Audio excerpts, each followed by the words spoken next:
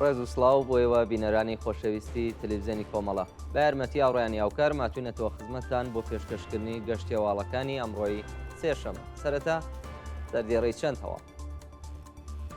پەیامی مەحموود ساڵحی بۆ کۆمیتەی هاواهەنگی بۆ دامەزرانی ڕێکخراوەی کرێکاری. ئەشکەنجە و لێدانی دوو ژن لەلایەن هێزەکانی حکوومەت لە پیرانشار. ناڕوونی چارەنووسی سێ کۆڵبەری دەست بەسەرکراو لەلایەن ئاسایشی هەرێمی کوردستان. گواستنەوەی ئەفشین حسێن پەناهی بۆ زیندانی سنە. هێرشی سوپای عێراق بۆ سەرجوتیارانی کورد لە سەرگەڕان. شڕانی کارەبای 6 گوندی ڕۆژاوای کوردستان بەهۆی هێرشەکانی تورکیا و بەردەوامی سەرکوتی سیاسی کوردان لە باکووری کوردستان.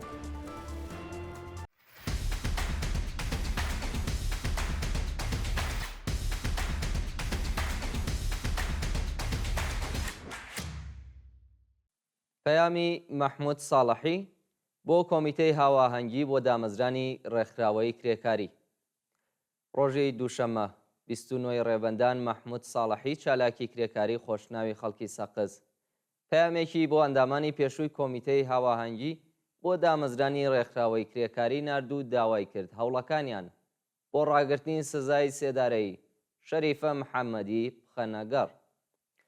لەو پەیامەدا هاتووە کە ئەندامانی بەڕێزی پێشووی کۆمیتەی هاواهەنگی بۆ دامەزرانی ڕێکخراوەی کرێکاری هەرەو جۆرە کە ئاگادارن ئەندامێکی پێشووی و دامەزراوە بە ناوی شەریفە محەممەدی بە تۆمەتی ئەندامەتی لەو کۆمیتە بە ئێدام مەحکوم کراوە. شەریفە محەممەدی کێیە؟ شەریفە محەممەدی چەندین ساڵ وێرانە بۆ گەیشتنی کرێکاران بە مافەکانیان هەوڵی داوە. دەستگای قەزای ڕژیم بە هاوکاری وەزارەتی ئیتلاعات بۆ تۆقاندنی چینی کرێکار و چالاکانی مەدەنی کۆمەڵگا سزای سێدارەی بەسەرە و چالاکە کرێکاریەدا سەپاندووە. ئێمە نابێت ڕێگە بدەین شەریفە محەممەدی تەنیا بمێنێت لە هەر شوێنێکی ئەو جیهانەداین.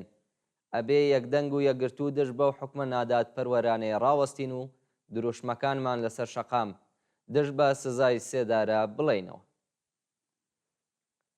ئەشکەنجە و لێدانی دوو ژن لەلایەن هێزەکانی حکوومەت لە شاری پیرانشار. ڕۆژی شەممە 27 ڕێبەندان دوو ژن بە ناوەکانی ئاستی چۆغەر و سەعادەت بایەزیدی داپیرە و دایکی بەندکراوێکی سیاسی بە ناوی فەرزین تووت لەلایەن هێزانەتیەکانی پیرانشارەوە بە سەختی ئەشکەنجەوازەر دراون. بە پێ راپۆرتی کۆڵبە نیوز هێزەکانی حکوومەت بە شێوەیەکی وەحشیانە هێرشیان بردوۆتە سەر ماڵیە و بەندکراوە سیاسیە و وێڕای تێکدانی کەلوپەلی نێوماڵ. ئاستی چۆغەری تەمەن 80 ساڵ و سەعادەت بایەزیدیان داوەتە بەرلێدان و بە جۆرێک کە 6 ددانی خات و سەعادەت شکاوە و ڕوومەتی خات و ئاستی شین بۆتەوە. ناڕوونی چارەنووسی سێ کۆڵبەری دەست بەسەرکراو لەلایەن ئاسایشی هەرێمی کوردستان. بە پێ راپۆرتی کۆڵبەر نیوز سێ کۆڵبەر بە ناوەکانی ئەحمەد مەحموودی، ئەرسەلان و مێدی و محەممەد حەسەنی لەلایەن ئاسایشی هەرێمی کوردستانەوە دەست بەسەر و بێسەر و شوێن کراون. بە پێ راپۆرتە هێزەکانی ئاسایشی هەرێمی کوردستان لە سنووری مەروێ تەقەیان لە کۆڵبەران کردووە و لە ئەنجامی وێرشەدا کۆڵبەرێک بە ناوی ئەحمەد مەحموودی تەمەن 23 ساڵ و خەڵکی بانە بریندار بووە و دوو کۆڵبەری دیکە بە ناوەکانی ئەرسەلان و میدی و محەممەد حەسەنی دەست بەسەر و بۆ شوێنێکی نادیار ڕاگوێزراون. شانی باسە کە ئەحمەد مەحموودی لە نەخۆشخانەیەکی سلەیمانی بەسەری کراوە و چارەنووسی دوو کۆڵبەری دیکە نادیارە. دەست بەسەرکردنی دووبارەی کیانوش چراغی لە دێهلۆران. کیانوش چراغی شارۆمەندی ئازادیخوازی و دانیشتووی شارستانی دێهلۆران وێڕای هەبوونی پێبەندی ئەلکترۆنی پاش هێرشی هێزانیەکانی حکوومەت بۆ سەر ماڵەکەی دەست بەسەر کراوە. کیانوش چراغی ئەندازیاری کامپیوتەر و کارمەندی پێشووی تامینی ئیجتیماعی پاش لە قاودانی گەندەڵی بەرپرسانی دەوڵەتی دەستی لە کار کێشایەوە و خانەنشین بوو. ناوبراو لە سەردەمی شۆڕشی ژیناش دەست بەسەر و بە 2 ساڵ زیندانی تەعزیری مەحکوم کرا. ئەو شارۆمەندە ئازادیخوازە وێڕای ئازادی بە پێبەندی ئەلکترۆنی بە بیانووی بڵاوکردنی بلاغەی دادگا لە پەیجی تایبەتی خۆیدا لەلایەن هێزەکانی حکوومەتەوە دەست بەسەر کراوە. سەپاندنی سزای 10 مانگ زیندان بەسەر یوسف حاجی خۆش لە شاری شنۆ. لە ڕۆژانی ڕابردوودا یوسف حاجی خۆش چالاکی مەدەنی و ئەندامی شۆڕایی ناوەندی و دەستەی بەڕێوەبەرایەتی بەرەی یەکگرتووی کورد لەلایەن دادگای انقلابی شنۆ بە سەرۆکایەتی قازی ئەنساری بە 10 مانگ زیندان مەحکوم کراوە. یوسف حاجی خۆش لە ڕێکەوتی سێنزەی گوڵانی ئەمساڵ دەست بەسەر و پاش 1 مانگ لێپرسینەوە بە دانانی وەسیقە ئازاد کرا. ناوبراو لەلایەن قازی ئەنساری بە تۆمەتی هاوکاری لەگەڵ یەکێک لە حزبە نایارەکانی ڕژیم بە 3 ساڵ و 4 مانگ زیندان مەحکوم کراوە کە 9 مانگی تەعزیری و 31 مانگی تعلیقیە. گواستنەوەی ئەفشین حسێن پەناهی بۆ زیندانی سنە. ڕۆژی دووشەممە 29 ڕێبەندان ئەفشین حسێن پەناهی برایی نەمر ڕامین حسێن پەناهی بەندکراوی سیاسی ئەعدام کراو لە گرتوخانەی تلعاتی سنە بۆ زیندانی ئەو شارە ڕاگوێزراوە. ئەفشین حسێن پەناهی ڕۆژی 19 بەفرانباری ئەم ساڵ لە شوێنی کارەکەی لەلایەن هێزەکانی حکوومەتەوە دەست بەسەر و بۆ گرتوخانەی تلعات ڕاگوێزرا. قازی پەروەندە بۆ ئەو بەندکراوە سیاسیە وەسیقەی 5 ملیاردی دیاری کردووە، بەڵام بنەماڵەکەی تا بە ئەمڕۆ نەیانتوانیوە بارمتەکەی بۆ دابین بکەن و ڕۆژی ڕابردوو بۆ زیندانی سنە ڕاگوێزراوە. کوژانی کچێک لەلایەن باوکیەوە لە کرماشان. لە ڕۆژانی ڕابردوودا باوکێک لە شاری کرماشان کچە تەمەن 23 ساڵانەکەی خۆی بە شەخۆ کشتووە و پاش چەند کاتژمێر لەلایەن پۆلیسەوە دەست بەسەر کراوە. بە وتەی پۆلیسی کرماشان بکوژ پاش دەست بەسەر بوون هۆکاری ئەنجامدانی ئەو جەنایەتەی بۆ کێشەی خێزانی گەڕاندوێتەوە. جێگای ئاماژەیە کە ئاماری ژنکوژی لە ئێران بە بەراورد لەگەڵ ساڵانی ڕابردوو بە ڕێژەیەکی بەرچاو زیادی کردووە و زۆربەی قوربانیان بە بیانووی پاراستنی شەرەف و ناموس لەلایەن یەک یا چەند ئەندامی بنەماڵەکانیانەوە کوژراون. هێرشی سوپای عێراق بۆ سەر جوتیارانی کورد لە سەرگەڕان. ڕۆژی دووشەممە 29 ڕێبەندان سوپای عێراق بە شێوەیەکی وەحشیانە هێرشی کردە سەر جوتیارانی کورد لە گوندی شەناغەی سەرگەڕان و هەوڵیدا ڕێگە لە کێڵانی زەویەکانیان بگرێت. هێرشی هێزەکانی ئەرتەشی عێراق لە کاتێکدا کە پاڕلەمانی وڵاتە بە تازایی بڕیارەکانی سەردەمی ڕژیمی باسی بۆ دەستگرتن بەسەر زەوی جوتیارانی کورد هەڵوەشاندوێتەوە.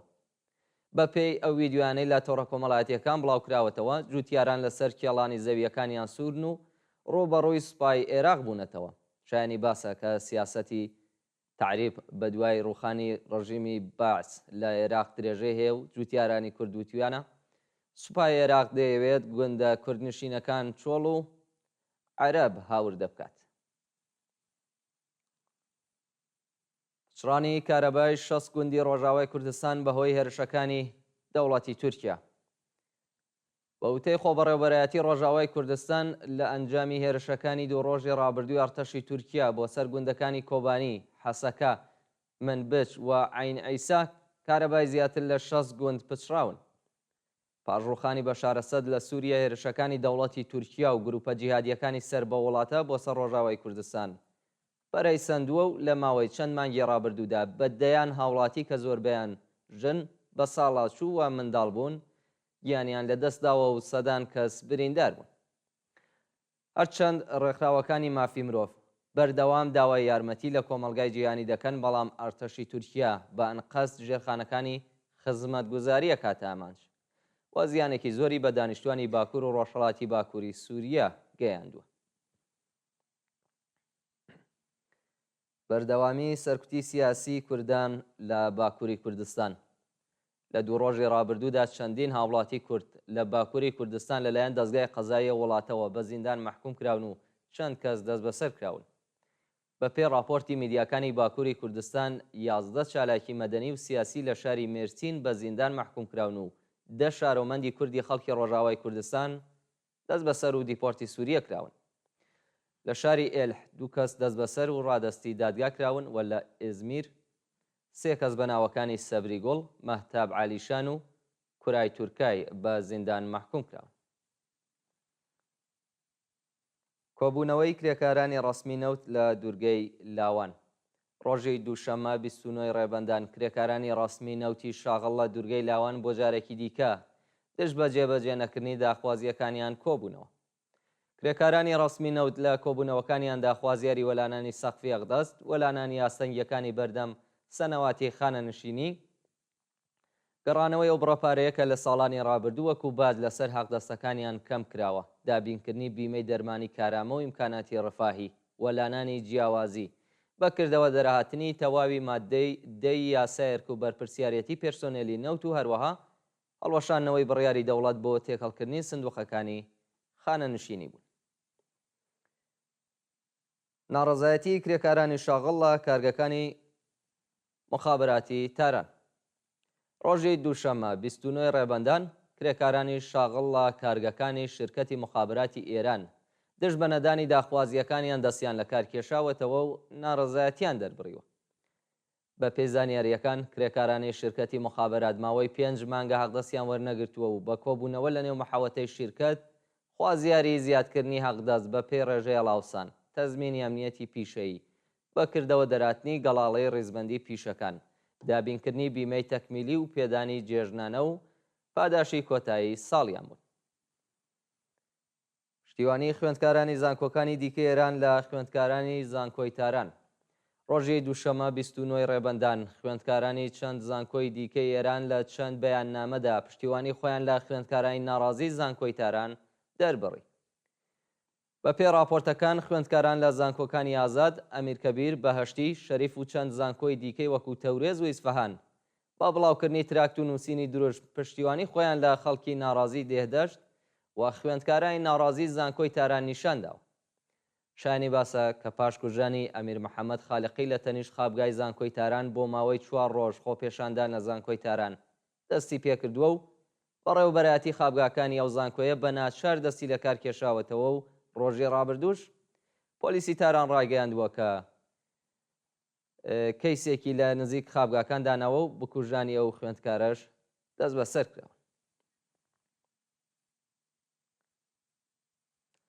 و دوایین هەواڵمان سەبارەتە بە لە 3 دارەدانی 6 بەندکراو لە 3 زیندانی ئێران. ڕۆژانی یەکشەممە و دووشەممە 28 و 29 ڕێبەندان حکمی ئەعدامی 6 بەندکراو بە تۆمەتەکانی پەیوەندیدار بە مادەی هۆشبەر و کوشتنی بانقەست لە زیندانەکانی عێراق، کرمان و ئیسفەهان جێبەجێ کراوە. بە پێی راپۆرتی کانونی مافی مرۆڤ ئێران، بەندکراوێک بە ناوی هادی فەراهانی بە تۆمەتی کوشتنی بانقەست لە زیندانی عێراق ئیعدام کراوە.